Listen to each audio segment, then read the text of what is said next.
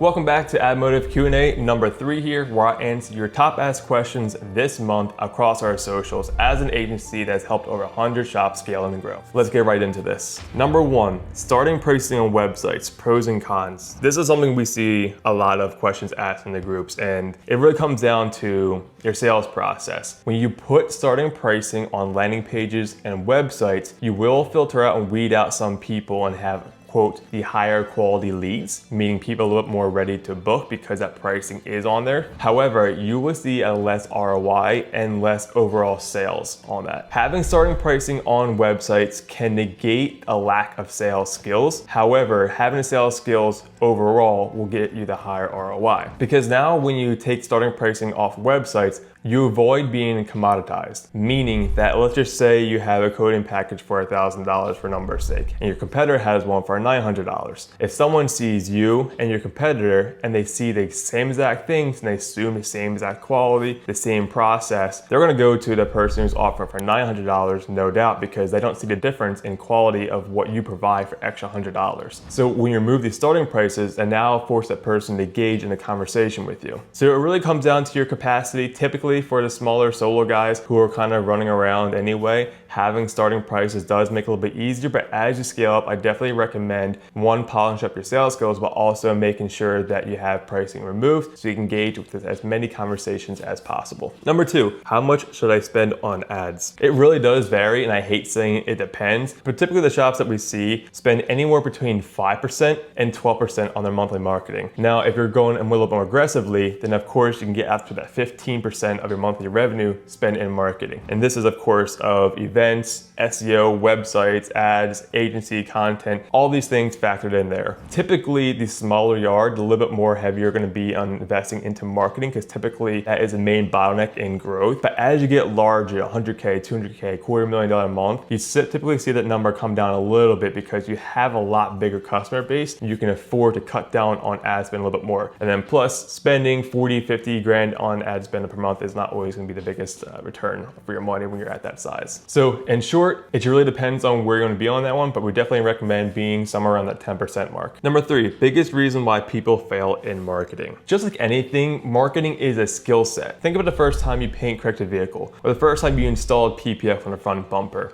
Was it great? Probably not. You do have to go through its skill set and learn how to market. It comes down to you knowing how to use the ads manager accounts, knowing copywriting, content creation, the messaging, all the other stuff above. But it is a skill set you do have to develop if you do want to get better into marketing, understanding what the bottleneck is. Just because you threw $50 once into Facebook ads and didn't work, it does not mean that Facebook ads don't work. There's something in it that led to poor performance, whether it was a lack of expectations, whether it was a lack of time horizon. We see a lot of times people will throw up one ad for a couple of days and then that's it. A lot of these platforms need a lot of time to start optimizing. So you have to get some breathing room first of all, and then look at the data and see why it didn't perform the way you wanted to. Now, of course, I'm using digital marketing, for example, but the same thing where if you were to host an event as well. If you host an event, why were there a lack of turnout? Why did you not get many sales from this one? There's different things and pieces. You can go and overanalyze every piece and understand why it didn't fail, because typically the data does not lie, and there's always a bottleneck on why things don't perform. So overall, I would say it is the lack of clarity on why it did perform, and also the unrealistic expectations that something's going to take off in the first day or two, when in all reality,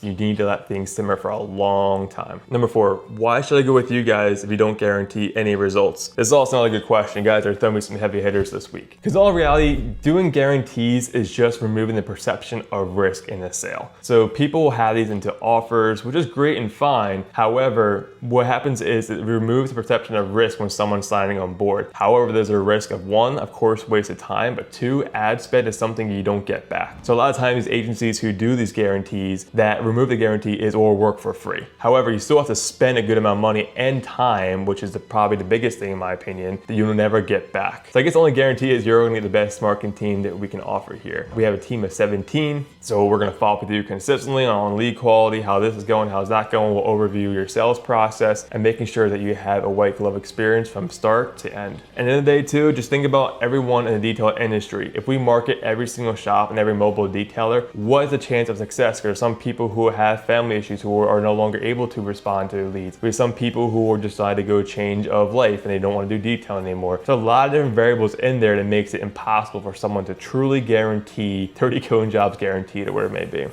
Number 5, what if I tried ads before and they did not work? Kind of similar to the question number 3 there, if what if they fail or kind of failures in marketing there. There could be a lot of different reasons why it didn't work. There are definitely some areas where ads may not be appropriate. However, what you do need to understand is different agencies have different skill sets and different, I'll say, templates or a little bit methods to the madness. The beauty of us at the moment of this recording, we do manage $400,000 a month in ad spend, so we have a really good pulse on industry on top of working with other friendly competitors. So we have a really good pulse on what the trends are going in the industry and seeing what's working, what's not. Ads are such a small part of the marketing. We build a system behind it to make sure it all really does work. Because when you step away from the ads and just trying to get leads and start focusing a little bit more on positioning and branding, that's when the real long-term results come in. So overall, I would give it a little bit more calculated response and a calculated approach to the next time we try to run these ads.